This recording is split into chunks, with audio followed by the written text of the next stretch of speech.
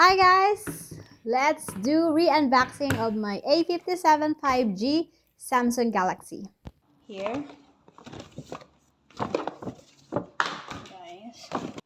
This one. ASMR kunwari. Tapos hindi naman napanindig ng call. Oh no! I got the ice blue. The available color of this unit is gray, navy blue, and the lilac. And gusto ko sana yung lilac kaya nga lang wala available dun sa store where I bought this. Then included sa box is user manual. Then USB cable, Type-C na po yan, Type-C, Type-C. And then yung pin, yung tusok natin para makalabas ang ating SIM card. Lagyan ng SIM card. And then, about the memory is 8GB RAM, expandable to 16, and then 256 memory. And then, available din nito yung 16 RAM expandable sa 24, then 512 ang kanyang memory. So, let's open it. So, stress ako ng mga 3 araw lang naman.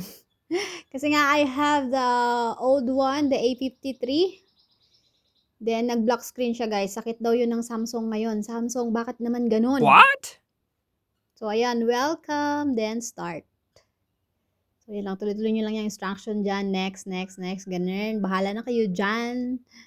So, magta-transfer. Hindi ako makapag-transfer. Kaya, manually na lang gagawin ko dahil nga naka-block yung aking phone na luma.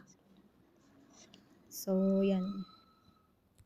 So, buti na lang naka-back up yung mga accounts ko sa aking Gmail. So, madali na lang na i-transfer dito sa bagong phone. Kahit patay na yung luma kong cellphone.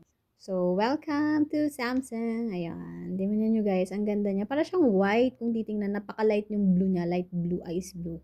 Ito nga pala yung luma kong cellphone. Ayan na siya guys. Samsung Galaxy open na siya. Hindi na siya talaga magtuloy buhay. Oy, sayang. Tagal-tagal na yan sa akin. Bigla na lang namatay. Plano ko talaga bumili next year pa dahil nga pinagpaplanuhan ko bumili na ng Apple. Manzanas. Kaya nga lang dahil nga biglaan siyang namatay. So, ayun. Wala tayong magagawa. Balik tayo sa Samsung ulit. Aww. At sayang naman kung bibili na naman ako ng bagong phone next year. Gusto ko kasi bumili ng phone every 3 years. Kasi nga po, sayang. Every 3 years hanggat kayang 4 years, ganon. Hindi talaga ako bumibili ng phone until yung phone ko ay nagagamit pa. Kaya lang bigla na lang siyang namatay. Na maalam ba bigla. Baka lumabas na ang iPhone 13. Hindi pa rin ako nakabili ng bago. Ay Diyos ko, ay nakabili ng iPhone. Hanggang Samsung na lang talaga ang kaya kong bilhin. Oy. Kung titingnan nyo tong Samsung ko na to, napaka bago pa niya guys. Kasi ingat na ingat talaga ako. Ayan, ang kinis-kinis pa niyan. Yung likod niyan, sobrang kinis pa talaga. Kahit yung battery life nito guys, kahit matagal na siya sa akin, sobrang gamit na gamit ko pa. Bigla na lang siyang nag-off, tapos ganyan na siya. Hindi na siya mag-on, hanggang Galaxy na lang siya. Galaxy. Ipapaayos ko sana siya guys, kaya nga lang sabi CPU na kahit daw palitan ng CPU nito, talaga mag-o-off na din siya ulit. So yun lamang guys, thank you for watching. Don't forget to like and subscribe and press the button bell for my next video. Bye!